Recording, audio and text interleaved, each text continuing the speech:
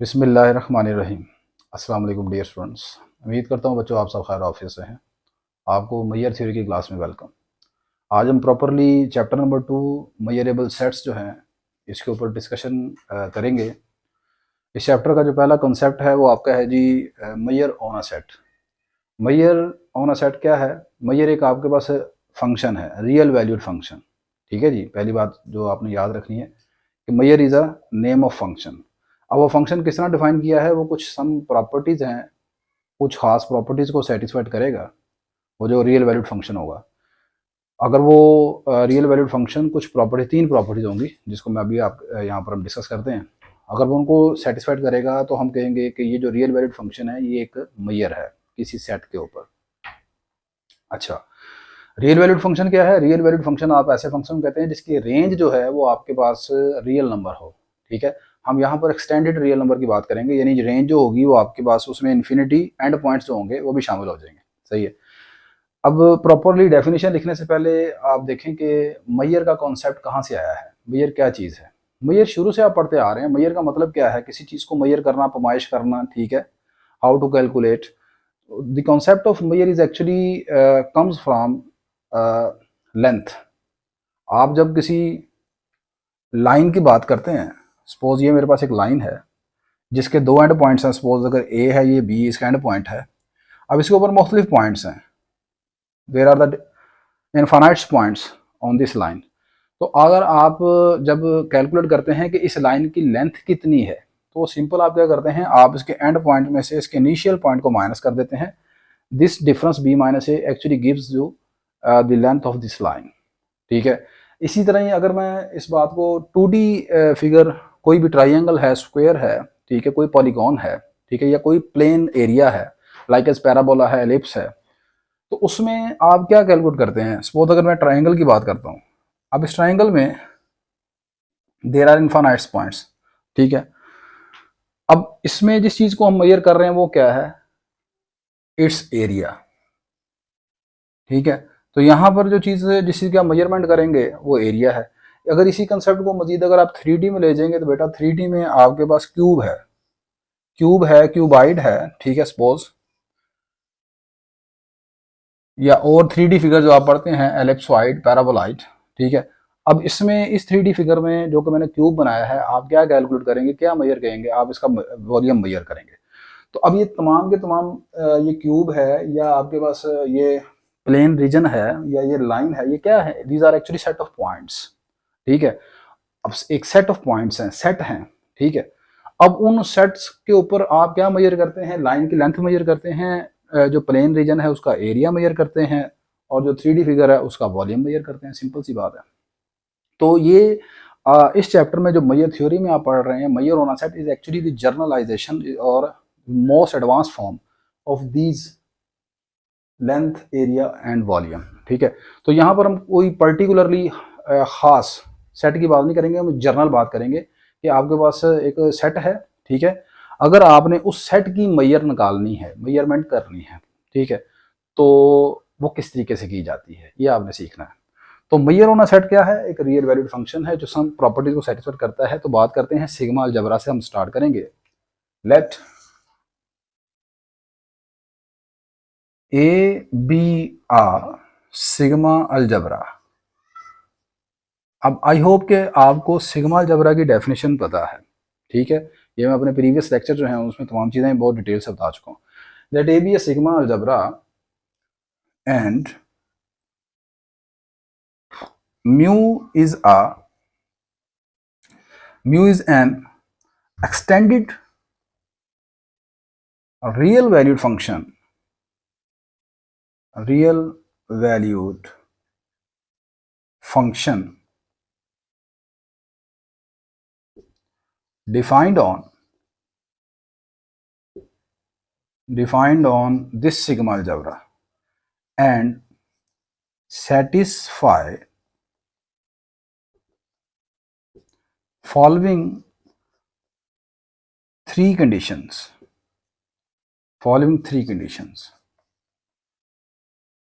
और ये मेरे पास जो एक्सटेंडेड रियल वैल्यू फंक्शन है जो कि सिग्मा अलजबरा के एलिमेंट्स के ऊपर डिफाइंड है। डिफाइंड होने का मतलब है, आप जानते हैं कि जब भी आपने किसी फंक्शन को डिफाइन करना है तो उसके लिए डोमेन और रेंज का कॉन्सेप्ट होता है।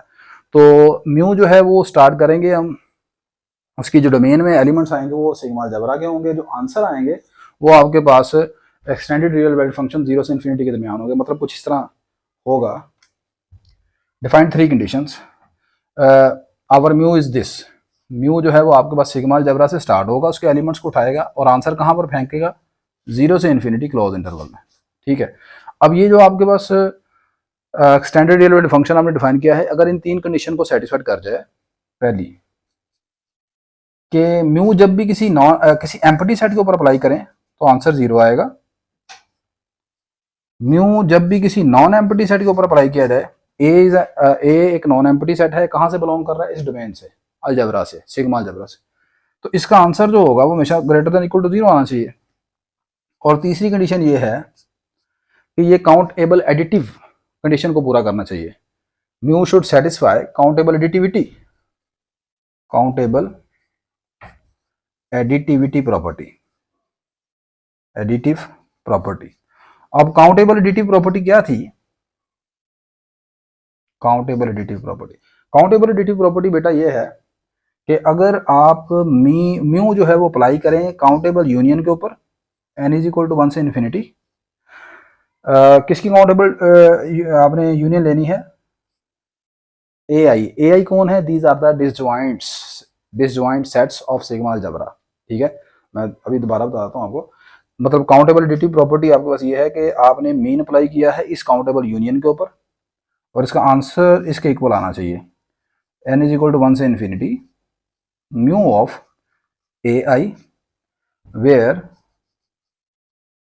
ए i are pairwise disjoint sets, pairwise disjoint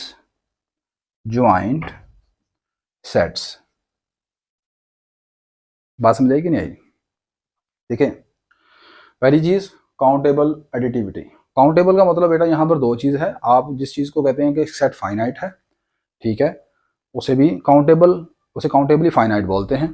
ठीक है, और अगर कोई सेट इनफाइनाइट है, ठीक है, तो वो भी काउंटेबल ही की कैटेगरी में आता है। एक चीज होती है अनकाउंटेबल, अनकाउंटेबल वो होता ही इनफाइनाइट है, सही है। काउंटेबल काउंटेबल फाइनाइट और countable infinite. Countable finite mean simple finite, जैसे किसी सेट में 10 15 20 नंबर हैं, ठीक है। और काउंटेबल इनफाइनाइट का मतलब है कि ऐसा सेट जिसकी नेचुरल नंबर के साथ वन वन कॉरस्पॉन्डेंस बना सकते हैं आप, ठीक है। और जो चीज़ अनकाउंटेबल है वो इनफाइनाइट है, हम अनकाउंटेबल के साथ हमारा यहाँ पर कंसर्न नहीं है, ठीक है। तो then we call if mu real value extended real value function satisfy these three properties, then we say that mu is a measure on set this। ठीक है, मैं दोबारा रिपीट करता हूँ सारी बात को। मेरे पास ए जो है, this stylish A, this stylus is the sigma algebra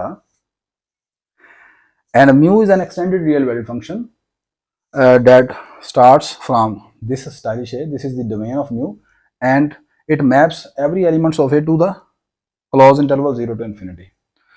If mu satisfied these three conditions, किसी एम्प्टी सेट पर म्यू अप्लाई किया जाए तो आंसर 0 आए। जब किसी नॉन एम्प्टी सेट पर आप अप्लाई करें, ए कौन है, this is the non empty set और ये इस कलेक्शन से बिलोंग कर रहा है, तो इसकी मैयर जो है वो म्यू जो है वो 0 ग्रेटर देन इक्वल टू 0 होनी चाहिए। और दूसरा ये है कि म्यू इस काउंटेबल एडिटिव प्रॉपर्टी को सेटिस्फाई करना चाहिए, जो कि आपके पास इस तरह है, सही है। अब इसकी सिंपल सी एग्जांपल मैं यहाँ पर लिख रहा हूँ। पहले मैं फाइनाइट सेट लूंगा और जो सिग्मा अलजेब्रा है वो मैं कंसीडर कर रहा हूँ largest sigma algebra, that is the power set of x, ठीक है। उसकी मदद से, और म्यू कौन सा लूंगा, म्यू मैं भी आपको बताता हूँ। अच्छा, मैं देख लूंगा वीडियो रिकॉर्ड हो रही है कि नहीं।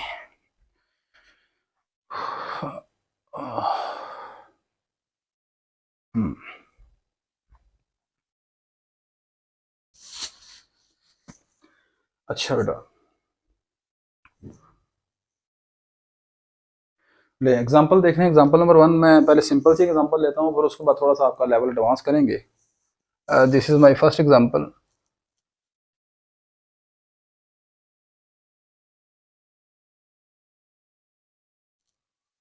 लेट कर ले बेटा, आपके पास जो x है वो सिंपल ये सेट है 1 2 3, 3 एलिमेंट्स का सेट है।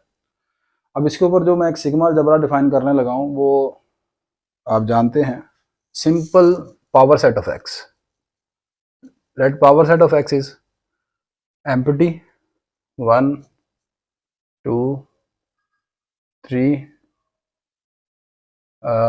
1 2 1 3 2 3 and the set x itself. So power set of x is the sigma algebra, आप जानते हैं, and this is called the strongest, ठीक है, और largest sigma algebra defined on x. सही है। अच्छा, and define a real valued function mu from power set of x to close interval 0 to infinity such that कि mu को मैंने ऐसे डिफाइन किया है कि mu ऑफ a जो है वो इक्वल है cardinality of a। This represent cardinality of a। ठीक होगा बेटा। We show that mu is a measure on a set. हम ये शो करते हैं कि म्यू जो है वो मैयर है सेट एक्स के ऊपर। सही है। तो इसके लिए क्या करना पड़ेगा मुझे? पहली प्रॉपर्टी ये है कि बेटा एम्प्टी सेट जो है ना उसका मीन जब भी लेंगे ना तो वो 0 आना चाहिए। तो आप चेक करें clearly, mu of empty set क्या फार्मूला है? मीन आपने किस तरह डिफाइन किया है? मीन आपने इस फार्मूले से डिफाइन किया है कि वो सेट की कार्डिनलिटी को रिप्रेजेंट कर रहा है। तो फाई जो है एम्प्टी सेट, उसकी कार्डिनलिटी क्या होती है? कार्डिनलिटी का क्या मतलब होता है बच्चों? कार्डिनलिटी का मतलब होता है उस सेट के एलिमेंट्स की तादाद।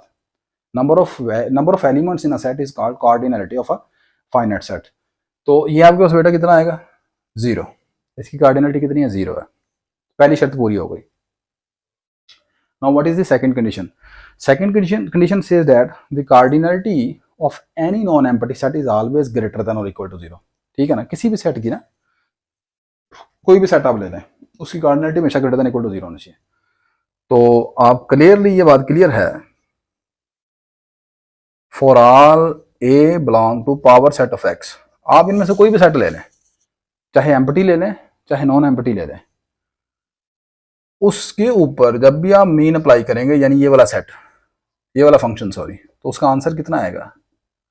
It's answer will be greater than equal to 0। देखें ना, 0 का आंसर, 0 आंसर कब आएगा? जब आपका सेट एम्प्टी सेट होगा। और जब आपका सेट नॉन एम्प्टी होगा तो उसकी कार्डिनलिटी हमेशा 0 से बड़ी होगी। लाइक अगर मैं कहूँ कि ये जो सेट है सिंगलेटन सेट 1, इसकी कार्डिनलिटी कितनी है? 1 है, क्योंकि इसमें एक एलिमेंट है। तो ये वाला सेट, इसकी कार्डिनलिटी कितनी है? इसकी कार्डिनलिटी भी 1 है। अगर ये सेट ले लिया जाए 1 3, इसकी कार्डिनलिटी कितनी है? 2 है, क्योंकि उसमें 2 एलिमेंट है। आपके पास तीसरा सेट खुद x है, x में कितने एलिमेंट्स हैं? 3 है, तो उसकी कार्डिनलिटी कितनी? 3 है। तो मिनिमम कार्डिनलिटी कितनी? 0 है, और मैक्सिमम कितनी है? 3 है। ग्रेटर देन इक्वल टू 0 हो गई ना, नेगेटिव तो नहीं हुई ना। ठीक है, तो दूसरी कंडीशन पूरी हो गई। थर्ड कंडीशन में आपने ये दिखाना है कि आप यहाँ से कोई भी डिसजॉइंट सेट्स उठाते हैं। डिसजॉइंट सेट्स किसे कहते हैं बेटा? डिसजॉइंट सेट्स कहते हैं आप ऐसे सेट्स को जिनकी इंटरसेक्शन एम्प्टी सेट होती है। क्या होती है? इंटरसेक्शन एम्प्टी सेट होती है। फॉर एग्जांपल अगर मैं कहूँ कि ये जो 3 है और ये जो 2 है, ये दोनों सेट क्या है? डिसजॉइंट सेट है। इनकी इंटरसेक्शन क्या है? एम्प्टी सेट है। तो आपने डिसजॉइंट यूनियन लेनी है, काउंटेबल यूनियन। ठीक है, तो उस काउंटेबल यूनियन के ऊपर जब भी आप मीन अप्लाई करेंगे, सही है, वो चीज़ और ये वाली चीज़, ये दोनों बराबर बराबर आने चाहिए। तो हम यहाँ पर इसको दिखा भी सकते हैं, ठीक है, पेयर वाइज करके, या डायरेक्ट भी आप लिख सकते हैं। मैं कुछ थोड़ा सा दिखाता हूँ पेयर वाइज आपको करके। आप लिखेंगे clearly for every pair of disjoint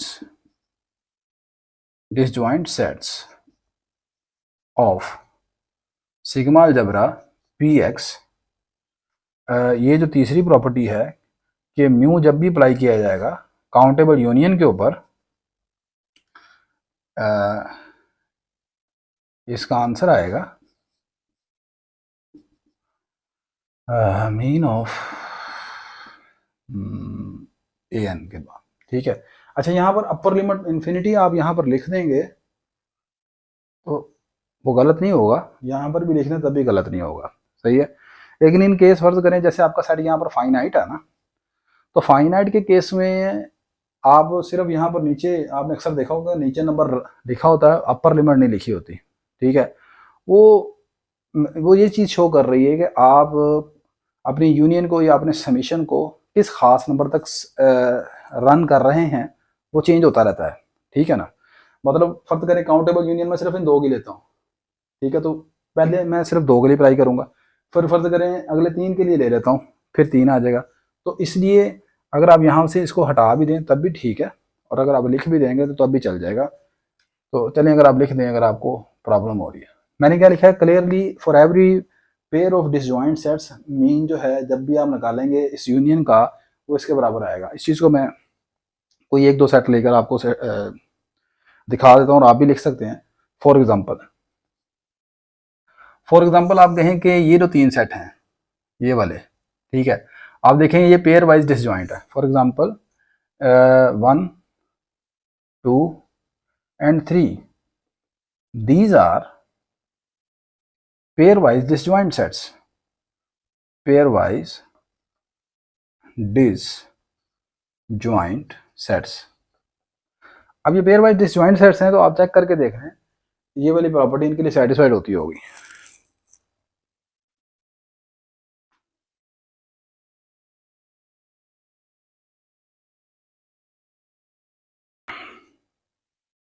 इधर मुझे क्या करना है, इन तीनों की यूनियन लेनी है। Here 1 union 2 union 3, तीनों पेयर वाइज डिसजॉइंट का मतलब है तीनों में कहीं पर भी कुछ चीज़ कॉमन नहीं है। कोई दो पेयर भी उठा के देख लें, पहले दोनों को देख लें तब भी इनके इंटरसेक्शन में कुछ कॉमन नहीं है, आखिरी दो को देख लें तब भी इनकी इंटरसेक्शन एम्प्टी है, पहले और तीसरे को देख लें तब भी इनकी इंटरसेक्शन एम्प्टी है। ये मतलब होता है पेयर वाइज डिसजॉइंट होने का। आपने इनकी यूनियन निकाल ली, यूनियन क्लियरली बेटा एक्स आ जाएगी, ऐसे ही है। अब इसके ऊपर मैं म्यू अप्लाई कर देता हूँ, and mean of x, mean of x का मतलब म्यू ऑफ एक्स, सॉरी यार ये जो कि वो उसमें स्टैटिस्टिक्स में ये सिंबल इस्तेमाल होता है ना, तो मैं चूँकि स्टैटिस्टिक्स भी पढ़ाता हूँ तो इसलिए वो फिर पॉपुलेशन मीन आप जानते होंगे अगर आप स्टैट के स्टूडेंट हैं, तो बार बार फिर समटाइम मेरे मुंह से मीन निकल जाता है। अच्छा ये किसके बराबर है, ये है कार्डिनलिटी ऑफ सेट। तो ये कार्डिनलिटी ऑफ सेट क्या आएगी, एक्स की कार्डिनलिटी, वो आ गई आपके पास 3 के बराबर।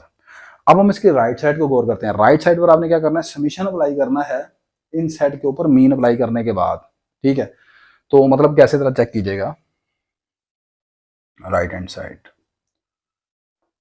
मुझे मीन अप्लाई करना है और बाद में इनका सम भी ले लेना साथ साथ, तो दोनों काम इकट्ठे कर लेते हैं। ये मैंने मीन अप्लाई किया पहले के ऊपर म्यू, सॉरी यार, फिर प्लस, फिर म्यू अप्लाई किया दूसरे सेट के ऊपर, फिर प्लस म्यू अप्लाई किया तीसरे सेट के ऊपर। अब ये इसका म्यू क्या है, इसका म्यू का मतलब है इसकी कार्डिनलिटी, तो इसकी कार्डिनलिटी कितनी है 1, इसकी कार्डिनलिटी कितनी है 1। कार्डिनलिटी का मतलब उसके एलिमेंट्स की वैल्यू, तादाद कितनी है इसकी, number of elements in this set R1, तो ये 1 ये भी 1, टोटल कितना हो गया 3 आ गया, बोथ आर इक्वल, ठीक है। तो आप देख लें कि ये जो है रियल वैल्यूड फंक्शन जो म्यू आपने डिफाइन किया है इस x के ऊपर जो कि कार्डिनलिटी ऑफ a के बराबर है, ये मैयर ओना सेट को डिफाइन कर रहा है। This shows that mu is a measure on set, measure on x। अच्छा और फर्दर ये बात याद रखिएगा, दिस मैयर इज कॉल्ड, इसका खास नाम है, this is called counting Maihar. ये काउंटिंग मैयर कहलाती है बेटा, ठीक है। अच्छा इसे काउंटिंग मैयर इसलिए नहीं कहा मैंने कि आप कहेंगे जी सेट एक्स के नंबर एलिमेंट्स की तादाद जो है वो फाइनाइट थी तो इसलिए उसे काउंट कर लिया, तो ये नहीं। अगर आपका एक्स इनफाइनाइट भी हो, सही है, like as real number, set of real number है, लेकिन अगर आपने मैयर जो म्यू आपने डिफाइन किया है वो कार्डिनलिटी ऑफ ए से ही डिफाइन किया है, यानी आपका जो म्यू का फार्मूला है वो ये है ए की कार्डिनलिटी। तो ये जो फार्मूला है ना एक्चुअली इसको काउंटिंग मैयर बोलते हैं। इसका इससे ज़्यादा लिंक नहीं है कि एक्स जो है वो फाइनाइट था, उसको काउंट कर लिया लहदा, इसकी वजह से आपने इसे काउंटिंग मैयर कह दिया। नहीं, इस फार्मूले का नाम काउंटिंग मैयर है। ये आप जिस मर्जी सेट के ऊपर डिफाइन कर लें, either that set is a finite और इनफाइनाइट। ठीक है, अब मैं सेकंड एग्जांपल आपके साथ डिस्कस करता हूँ, जो कि होगी बोरल सिग्मा अलजेब्रा के ऊपर, थोड़ा सा लेवल आपका एडवांस करने के लिए। ले बेटा, नेक्स्ट मैयर की एग्जांपल मैं यहाँ पर डिस्कस कर रहा हूँ बोरल सिग्मा अलजेब्रा के हवाले से। बोरल सिग्मा अलजेब्रा क्या था, मैं ये भी अपने लास्ट लेक्चर में डिस्कस कर चुका हूँ, बस थोड़ा सा मैं यहाँ पर रिवाइज कर देता हूँ। जब आप set of real number R, set of real number R के ऊपर एक स्मॉलेस्ट सिग्मा अलजेब्रा डिफाइन करते हैं, और वो जो स्मॉलेस्ट सिग्मा अलजेब्रा है वो क्या है, कलेक्शन ऑफ ओपन इंटरवल्स। ठीक है, तो उस सिग्मा अलजेब्रा को आप बोलते हैं बोरल सिग्मा अलजेब्रा। सही है, तो Borel sigma algebra is the collection of all the open intervals which are the subsets of are.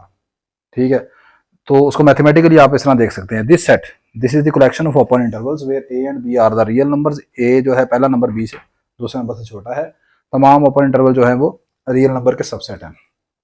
तो इस कलेक्शन को हम बोलते हैं बोरल सिग्मा अलजेब्रा। ठीक है, अच्छा, अब यहाँ पर मुझे एक फंक्शन चाहिए, रियल वैल्यूड फंक्शन, जिसको मैं प्रूव करूंगा कि वो मैयर बनता है। तो मैं यहाँ पर जो रियल वैल्यूड फंक्शन ले रहा हूँ वो इस मरतबा ले रहा हूँ लेंथ, लेंथ वाला फंक्शन। वो क्या है, वो इस तरह है, एंड म्यू जो है वो मेरा एक रियल वैल्यूड फंक्शन है, जो कि इसकी डोमेन जो है वो ये सेट है, यानी जो बोरल सिग्मा अलजेब्रा है। एलिमेंट्स कहाँ पर फेंकेगा, 0 से इन्फिनिटी पर। सच डैट के मैंने म्यू को इस तरह डिफाइन कर लिया है कि इसके आगे जब भी आप कोई ओपन इंटरवल रखेंगे तो उसका फार्मूला ये है, B minus A. This is called the length function. ठीक है, लेंथ मैयर। तो अब मैंने ये प्रूव करना है कि ये जो रियल वैल्यूड फंक्शन है ये आपके पास उन तीन प्रॉपर्टीज को सेटिस्फाई करता है जो मैयर की हैं। पहली प्रॉपर्टी क्या है, पहली प्रॉपर्टी ये होती है कि जब भी किसी एम्प्टी सेट के ऊपर आप म्यू को अप्लाई करेंगे, it should be equal to 0। अब आपको पता है कि ओपन इंटरवल्स में जो एम्प्टी सेट है वो किस तरह का होता है, कभी देखा आपने? चलिए देखें।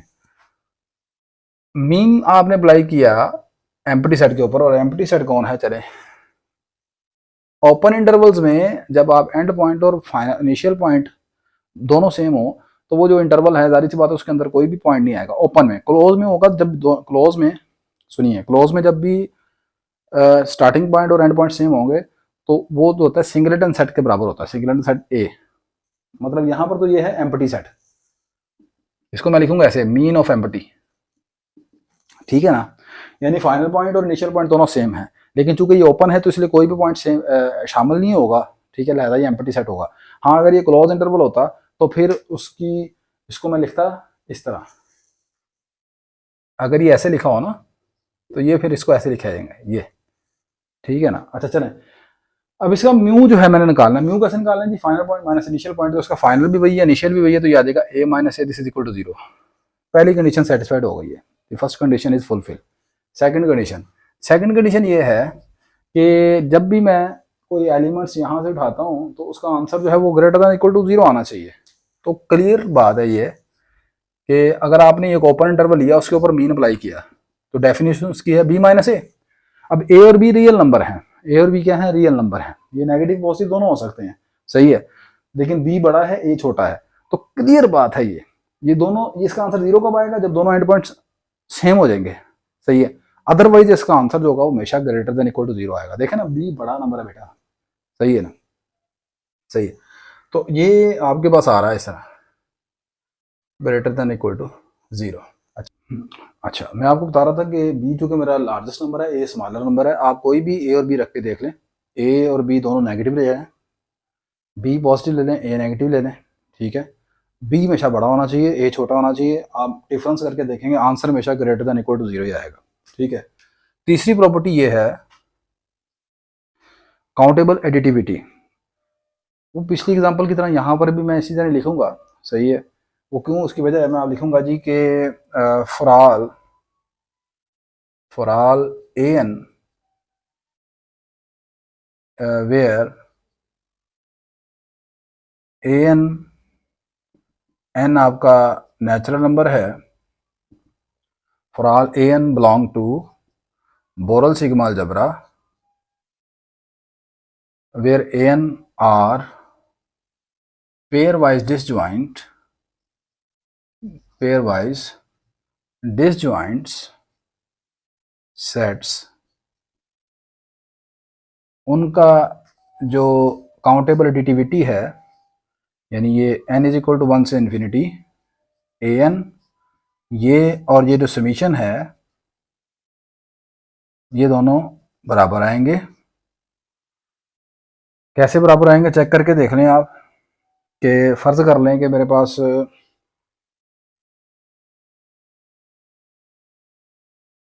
जो A1 है, A1 मेरा पहला इंटरवल है, A1 से B1, A2 मेरा दूसरा इंटरवल है, A2 से B2 अप टू सोन। तो AN जो होगा वो उसको मैं ऐसे लिखूंगा, ओपन इंटरवल AN से BN, और इधर n इज इक्वल टू 1 से इन्फिनिटी AN की मैयर किस तरह निकालनी है आपने, फाइनल माइनस इनिशियल पॉइंट। तो ये मेरा AN है, जो मतलब ये वाला सेट AN, ये किसके बराबर है, ओपन इंटरवल AN से BN। तो इसकी मैयर कैसे निकलेगी, final minus initial, this is BN minus AN। अब इसको आप ओपन करके देख लें तो ये दोनों साइडें बराबर आएंगी। अब इनफाइनाइट ओपन करना तो आपके लिए मुश्किल है, आप अपनी सेटिस्फिकेशन के लिए कुछ 2-3 n इक्वल टू 1 से 10 3-4 वैल्यूज के लिए चेक करके देख लें, ये बराबर होगा हमेशा। कैसे बराबर होगा देखें जी, जब आप n इक्वल टू 1 से सपोज 2 तक जाते हैं तो इसमें यूनियन किसकी आएगी, A1 B1, फिर यूनियन A2 B2, उनकी यूनियन आएगी, उसके ऊपर अलग मैयर आप अप्लाई करेंगे। देखें इस तरह कह रहा हूँ, यह आएगा union n is equal to 1 के लिए, फिर यूनियन आप लेंगे A2 B2, इसके ऊपर आपने मैयर अप्लाई करनी है, ठीक है।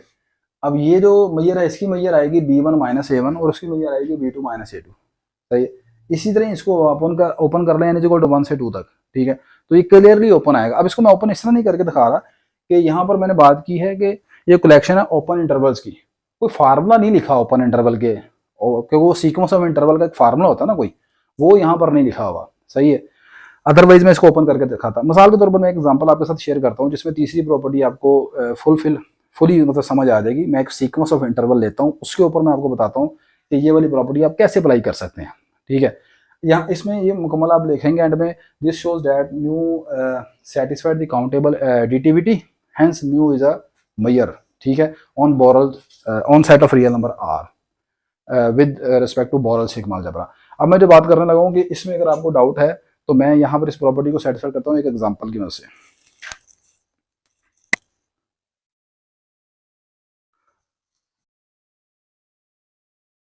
नहीं, फॉर एग्जांपल ये देखें मेरे पास एक सेट लिखा हुआ, sequence of set, let this is my sequence of set of open interval 1/n+1 से 1/n, और n आपके पास नेचुरल नंबर है।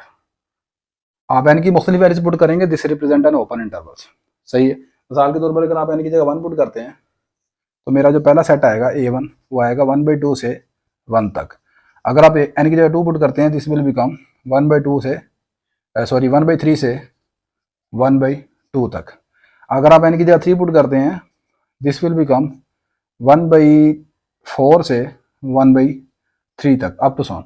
तो ये तमाम के तमाम जो हैं आपके पास जो सेट हैं, आप देख रहे हैं डिसजॉइंट सेट्स हैं, जहां पर वो पहला ख़त्म होता है, ठीक है, वो दूसरा मतलब जहां से शुरू हो रहा है वो दूसरा ख़त्म हो रहा है, सही है। जहां पर ये 1/3 से शुरू हो रहा है 1/3 पर ख़त्म हो जाता है जाके, लेकिन दोनों एंड पॉइंट शामिल नहीं है, ओपन इंटरवल है आपके पास, सही है। तो ये तमाम के तमाम डिसजॉइंट्स हैं, ऑल ए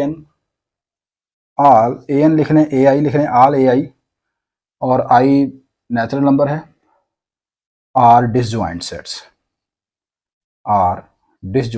सेट्स। अब मैंने ये वाली प्रॉपर्टी आपको चेक करके दिखानी है कि इस सीक्वेंस ऑफ इंटरवल्स के लिए कैसे आप सेटिस्फाई कर सकते हैं। लेकिन यहाँ पर मैंने कोई सीक्वेंस ऑफ इंटरवल नहीं दिया, वहां पर मैंने कहा जस्ट एक ओपन इंटरवल्स है, वो किस टाइप के हैं मुझे नहीं पता। यहाँ पर मैंने टाइप बताई कि वो इस शक्ल के हैं, जिनका पहला नंबर 1/n+1 है, दूसरा 1/n है। सपोज आप ऐसे ले लेते हैं, पहला n है, दूसरा 2n है, ठीक है। तो ये भी सीक्वेंस ऑफ इंटरवल है। हाँ, अब वो आगे इसको सेटिस्फाइड करता है कि नहीं करता वो बात की बात है, सही है। तो ये एक सीक्वेंस ऑफ इंटरवल हो जाएगा और होने वो डिसजॉइंट चाहिए। अब अगली चीज ये है कि आपने ये प्रॉपर्टी देख ली, सेटिस्फाइड होती कि नहीं होती।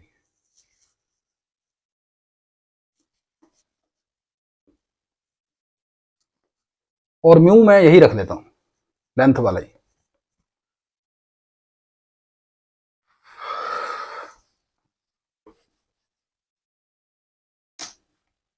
अब आपने क्या करना है, इनकी यूनियन कैलकुलेट करनी है, इन सब की। अब इन सब की यूनियन कैसे कैलकुलेट करेंगे, देखें जरा। ये सबसे बड़ा इंटरवल, मतलब ये पहला इंटरवल था A1, इसमें 1 है, 1/2 है। सपोज मेरा ये 1 है यहाँ पर, इधर 1/2 आ गया। फिर ये वाला है 1/3 से 1/2, ये 1/3 से 1/2 आ गया। फिर 1/4 से 1/3 आ गया। ये 1/5 से 1/4 तक आ गया। अगला 1/6 से 1/4 आ जाएगा, अप टू सन चलता जाएगा। आपको पता है इधर वाला लास्ट वाला, उधर वाला तो एंड पॉइंट 1 की तरफ मूव कर रहा है, अप्रोच कर रहा है। इधर वाला एंड पॉइंट किसकी तरफ अप्रोच करेगा, 0 की तरफ। 0 आएगा नहीं, लेकिन 0 की तरफ अप्रोच करेगा। आप जब जब एंड बढ़ाएंगे, इधर वाला जो नंबर है पहला, वो 0 की तरफ चलता जाएगा। लाइक ऐसा अगर एन अप्रोच टू इन्फिनिटी करते जाएं, तो दोनों ही 0 की तरफ अप्रोच कर रहे हैं एंड पॉइंट, ठीक है। तो इन सब की अगर आप यूनियन निकाल लेंगे ना, measure of union n is equal to 1 से इन्फिनिटी an, इन तमाम डिसजॉइंट सेट्स की अगर आप यूनियन निकाल लेंगे, this is equal to,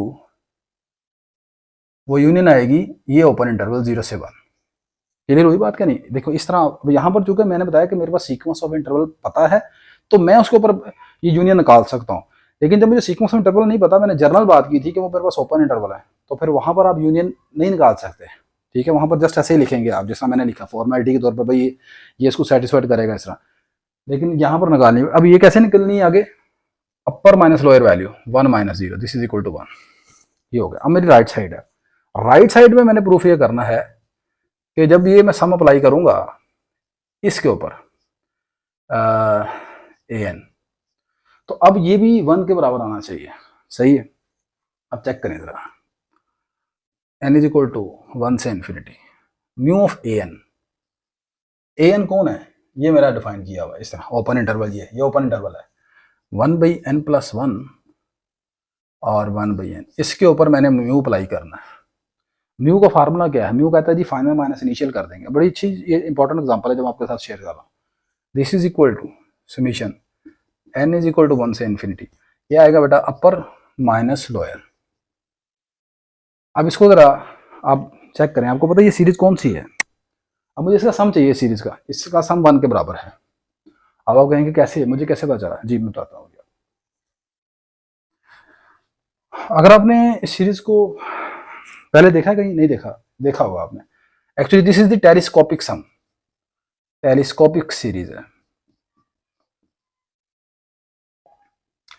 telescopic series. Telescopic series की ये पहचान होती है कि जो उसकी, अगर इस टर्म्स को आप ओपन करें तो इसकी हर दूसरी टर्म और उसकी अगली आने वाली जो तीसरी टर्म है, ये दोनों एक जैसी होंगी, लेकिन उनके डिफरेंट साइन में फर्क होगा।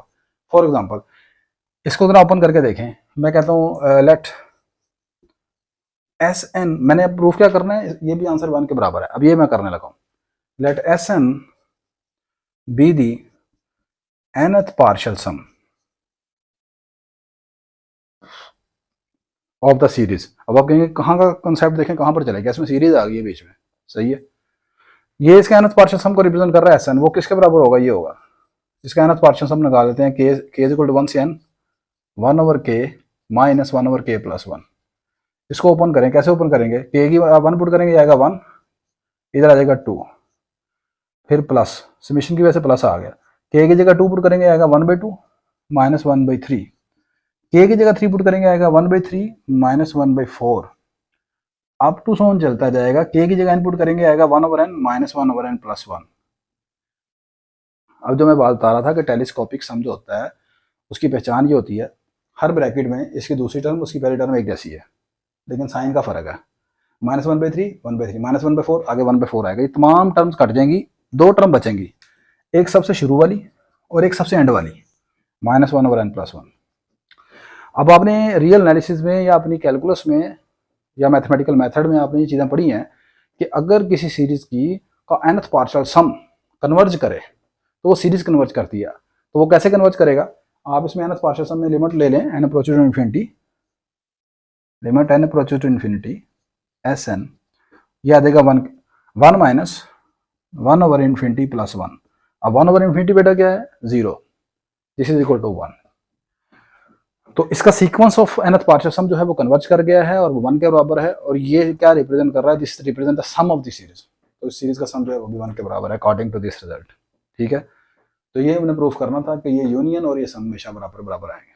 ठीक है, तो आपको इस तरह कभी भी सीक्वेंस ऑफ इंटरवल देकर खुद से भी कह सकता है कि show that this sequence of intervals under this measure is satisfied the countable additive property. ठीक है, तो आई होप कि आपको काफ़ी चीज़ें डिटेल में बताई हैं। लेक्चर थोड़ा सा लेंथी भी हो गया, लेकिन थोड़ा सा जो कंसेप्ट था ये समझाना था आपको, चीज़ों की समझ आई होगी आपको। जहाँ पर मैं जर्नल बात करता हूँ कि ये मेरे पास बोरल सिग्मा अलजेब्रा है, ये काउंट, ये कलेक्शन है ओपन इंटरवल्स की, तो मैंने जब जस्ट ओपन इंटरवल कहा है वो किस टाइप के हैं, किस तरह बन रहे हैं, उसका मतलब नहीं कहा, तो वहाँ पर जस्ट हम फॉर्मेलिटी अदा करेंगे कि बेटा ये लिखेंगे जी ये प्रॉपर्टी सेटिस्फाइड होगी इस तरह, लेकिन दो चार लाइनें कुछ लिखनी है रीज़न के साथ, ये नहीं कि वैसे कह देना आपने, वो वाकई होता भी हो उसमें।